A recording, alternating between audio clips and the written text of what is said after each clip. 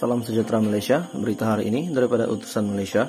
Berita terkini, Najib perlu perjelas isu pinjaman 3 Bank RM 2,5 bilion.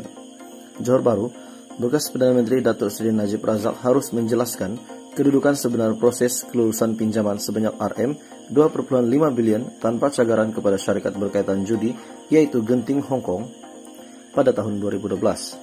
Ketua Penerangan Perikatan Nasional ataupun PN Johor Muhammad Solihan Badri berkata, Najib yang juga Menteri Kewangan ketika itu sudah tentu telah mendapat nasihat daripada Bank Negara dan Kementerian Kewangan ataupun MOF berkenaan pinjaman tersebut. Menurut beliau, hal itu kerana kaedah pinjaman berkenaan bukan saja tidak wajar, malah berisiko tinggi kerana jumlahnya yang besar. Walaupun kelulusan pinjaman bukan ditentukan MOF atau pemegang saham, namun Khazanah Nasional Berhad, Kumpulan Wang Simpanan Pekerja KDBLSP, dan Permodalan Nasional Berhad PNB. Justru Najib perlu ada kebertanggungjawaban dalam isu ini kerana ia melibatkan pinjaman menggunakan wang rakyat dan pencarum dengan satu jumlah yang amat besar.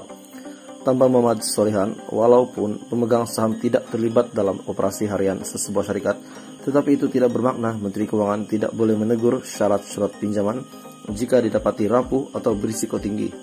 Media sebelum ini melaporkan 3 bank Malaysia telah dinamakan sebagai antara ketua pemiutang tidak bercagar syarikat Genting Hong Kong dengan gabungan pendedahan sebanyak 600 juta ES bersamaan dengan RM 2,5 bilion. 3 bank terbabit adalah Khazanah Nasional CIMB, Agensi Pelaburan Bumi Putra PNB Maybank, dan Skim Persaraan Swasta KDBLSP RHB. Pada 29 Januari lalu, Menteri Kewangan Tengku Datuk Seri Zafrul Tengku Abdul Aziz dilaporkan berkata, pemberian pinjaman tanpa cagaran kepada syarikat Genting Hong Kong bukan ditentukan MOF Kementerian Kewangan atau pemegang saham, sebaliknya keputusan yang ditentukan bank yang terlibat.